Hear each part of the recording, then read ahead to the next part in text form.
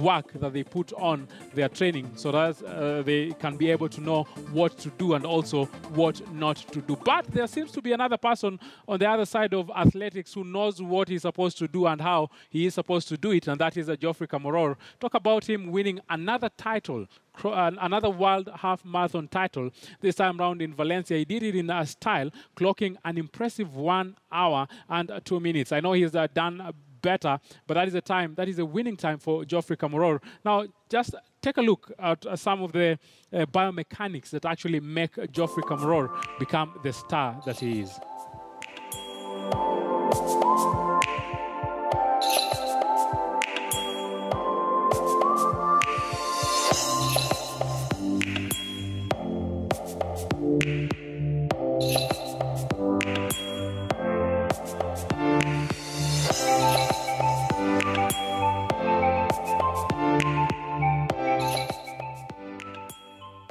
You talk about tactics, and yes, he seems to be one person who knows how to do his attack.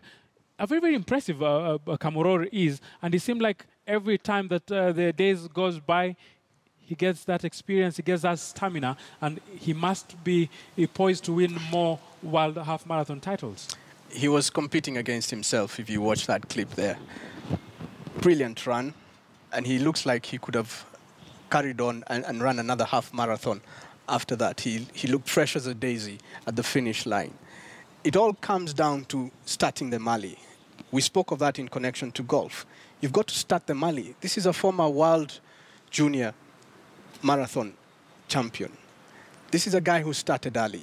He was exposed to running early. And then he was exposed to, I would say, the diet, the necessary diet that's required as a prerequisite for top international performance. I think he got exposed to that not too early, but sufficiently early enough for him to grow and develop the kind of body. You're talking of biomechanics there, the kind of body that would fit within the required well-streamlined body that's fitted into a marathoner's frame of mind so that he can run for 1 hour and look like he can run another 1 hour at top flight, almost sprinting. If you talk to guys from outside the country, they tell you that Kenyan guys, they sprint through a marathon. They thump the ground hard. These guys start early. They start running to school from the very, very early age, and then they're spotted early enough, and then they grow with that kind of attitude that's needed to compete at those levels, and then to compete and outcompete everyone at those levels. That's what we're talking of in connection to golf. Start guys early. In football, start guys early. I passed by the RFUA grounds this morning, and the rugby guys, the small kids, the place was packed to capacity. They've started early. And I grew up around that area. We started early. We started rugby early. And then I went on to win the Impala Floodlights schools category, the second tournament in its history at schools level. We went on to win that without conceding a single point. I think that record, 21 odd years later, still stands to date. We'll have to check. But I think it's unmatched. Why? We started early. Start these guys early, and you'll get the results. He's telling you that he's a sportsman, and he's telling you that he played rugby and he started early. That's because the positive results went his way. Let's listen in what Geoffrey Kamworor had to say after that impressive victory, where he's saying, yeah, I know I do what I do best, and I'm expecting that I will be able to win some more medals in the coming years. Dhahabu, huyu ni Kamworor kutoka Kenya. Kamworor, unasemaje bwana? Wanakuangalia kule nyumbani. Unawaambiaje umeshinda, unajisikiaje? Nasikia nimefurahi sana, nashukuru Mungu ameniwezesha kushinda mara ya 3, na nasema ya kwamba nitaisha hivyo kabisa. Ndio. Na leo nimeweza kuyafuata. Ndio. Sasa Kamworor, unajiandaa na mbio gani tena? Maana umeshinda hii mara 3 mfululizo. Nini siri yake? Naweza sema ya kwamba hii imekuwa nikitayarishia tangia mwanzo wa mwaka, na hii ndio kwa mbio niweza kuangalia sana, kujitayarishia. Na kutoka sasa naweza sema ya kwamba tutaenda tukae chini na coach, muangalie mbio gani zingine zinakuja. Tuseme kujitayarishia mbio gani ambazo. Nini siri ya ushindi mara 3? Unajua si kawaida. Naweza sema ni kufanya bidii, kumtegemea Mungu na kuwa na self discipline. Ndio. Hiyo nasema hiyo ndio siri. Basi huyu ndio mshindi wa medali ya dhahabu Kamororo kutoka Kenya. Hongera sana. Asante. Asante. He is a happy lad, and he is a very, very confident at the same time. He's very optimistic that he will be able to rack in some more medals when he goes out to race in different categories. Now let's listen in and maybe just watch how the ladies are fared, because for the ladies, it was also a different test altogether, where it's Netsanet Kabede was crowned the women victor. And remember, Jocelyn Jepkosgei, the Kenyan, got that silver medal. Let's see how they fared and how actually their biomechanics aid them in making sure that they were the victors in the women's race.